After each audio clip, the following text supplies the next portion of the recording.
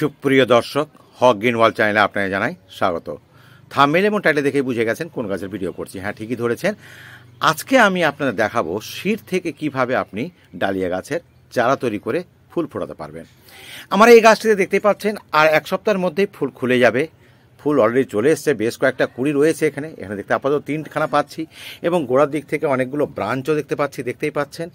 আর ঠিক মতন পরিচর্যা করতে পারলে আপনার একটি গাছে প্রচুর ফুল ফুটবে, কারণ এই ব্রাঞ্চগুলোকেও তৈরি করতে হবে। দেখতেই পাচ্ছেন প্রত্যেকটা পাতার পাশেই কিন্তু এই যে ব্রাঞ্চগুলো রয়েছে, এবং মূল শাখা যেটা শীর্ষ সেখানে তো 3খানা রয়েছে এই কুড়ি। তো এই অবস্থায় নিয়ে আসার জন্য আমরা দুটো রাস্তা আমাদের কাছে রয়েছে।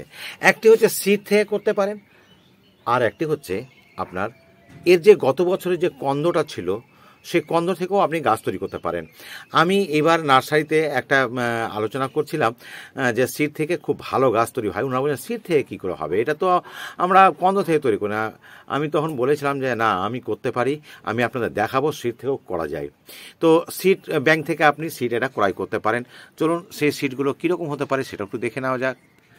তো বন্ধুরা, দেখতে পাচ্ছেন এখানে আমি প্রায় 40 ধরনের আমি এখানে আমার কাছে সিডের প্যাকেট রয়েছে। তার মধ্যে এইটা হচ্ছে ডালিয়া, এই যে দেখতেই পাচ্ছেন ডালিয়া ফুলের আর কি রয়েছে। যে ফুলেরই রয়েছে তারই একটা নাম লেখা রয়েছে প্রত্যেকটাতেই, দেখতেই পাচ্ছেন, আলাদা করে আর বলার কিছু নাই।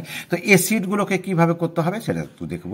তো বন্ধুরা, একটু ভালো একটা মিডিয়া তৈরি করে ওয়েল ড্রেনেজ ব্যবস্থা করে সেখানে কোকোপিট, বালি, মাটি এবং কম্পোস্ট দিয়ে এখানে সিডগুলোকে ছড়িয়ে দিতে হবে। আমার এখানে দেখতে পাচ্ছেন সবই সিড থেকে করা আছে, এখানে 5-6 রকমের রয়েছে।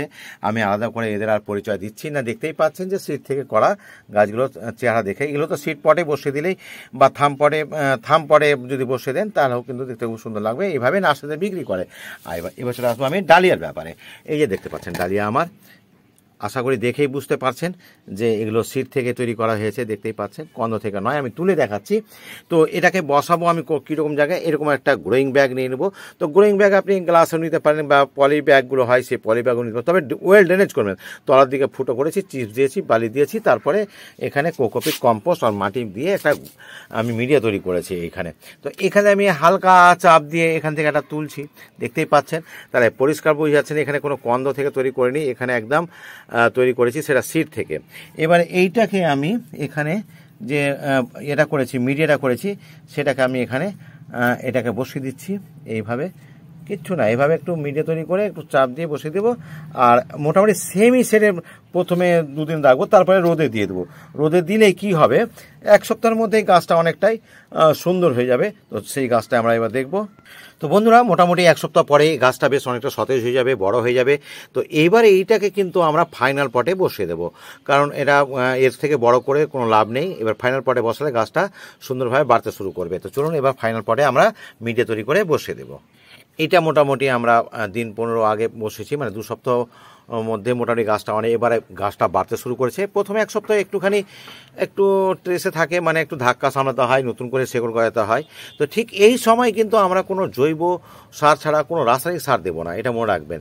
হয় এখানে আপনি দিতে পারেন আপনার খুব পাতলা করে খোল জল দিতে পারেন, অথবা কিচেন ওয়েস্ট থেকে তৈরি করা যে লিকুইডটা হয় সেটা দিতে পারেন, কিংবা গোবর যে শুকনো গোবরকে গলিয়ে যে লিকুইড তৈরি করা হয় সেটাও দিতে পারেন। তো আমি এখানে কিচেন ওয়েস্ট থেকে তৈরি করা খাবারটাই দিচ্ছি। সেটাও আবার পাতলা করে জলের সঙ্গে মিশিয়ে, কিন্তু একদম ঘন অবস্থায় দেওয়ার কোনো প্রয়োজন নাই।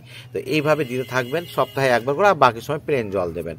এইবার গাছটা বেশ তরতরি করে বাড়তে শুরু করবে, এবং তখন আমি ফাইনাল দেখতে পাবো যে গাছটাতে পরি চলেই আসছে। তাহলে বন্ধুরা, এতক্ষণে আপনারা নিশ্চয়ই বুঝে গেছেন যে সিড থেকে এর সুন্দরভাবে চারা করে যায়, এবং চারা যদি সিড থেকে করেন তার গাছের বৃদ্ধির হার মারাত্মকভাবে হয়, এবং এত সুন্দর দেখায় গাছটা যখন একটু আর হৃষ্টপুষ্ট হয়ে যাবে। মোটামুটি 2 সপ্তাহ পরে এই গাছের আমি ভিডিও অবশ্যই নিয়ে আসবো। আজকে আমি ভিডিওটা বেশি দীর্ঘায়িত করবো না, কারণ এখন তো ফুলটাই ফোটেনি, সবে মাত্র একটা কুড়ি এসছে, এইটুকু দেখতে পাচ্ছেন। পরবর্তীতে এর পরিচর্যা নতুনভাবে বলবো আপনাদের। তবে এটুকু ঠিক যে এই গাছটা কিন্তু রোদ পছন্দ করে, তাইলে আপনাকে সবসময় কিন্তু এই গাছটাকে রোদেই রাখতে হবে, এবং মাটি শুকিয়ে যাওয়ার আগে কিন্তু জলটা দিয়ে দিতে হবে। আর খাবার বলতে এখন আপনি এখানে খোল জল দেবেন। এক সপ্তাহে হয়তো প্রথমে খোল জল দিলেন, পরের সপ্তাহে আপনি কিচেন ওয়েস্ট থেকে তৈরি করা দিলেন। তারপরে আমরা এই ফুলটা শুরু হচ্ছে যেহেতু, যাদের ফুল আসবে না তখন কিন্তু পটাশ কথা ভাববেন না। কি দেবেন?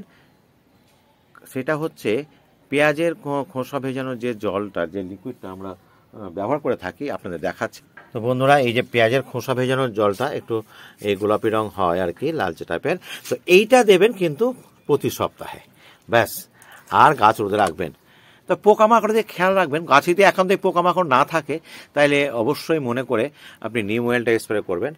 আর বাকি সময় আপনি কি দেবেন, মানে রাসায়নিক যদি খাবার দেন, এটা কিন্তু মনে রাখবেন, রাসায়নিক খাবার দিলে 10-26 ছাড়া অন্য কোনো খাবার দেওয়ার কোনো দরকার নেই এই মুহূর্তে, এবং খুবই মানে কম, মানে 1 চামচের 4 ভাগের 1 ভাগ এরকমই দেবেন। তো বন্ধুরা, সেকেন্ড ভিডিও দেখতে হলে আমার চ্যানেলকে সাবস্ক্রাইব করে সঙ্গে থাকবেন।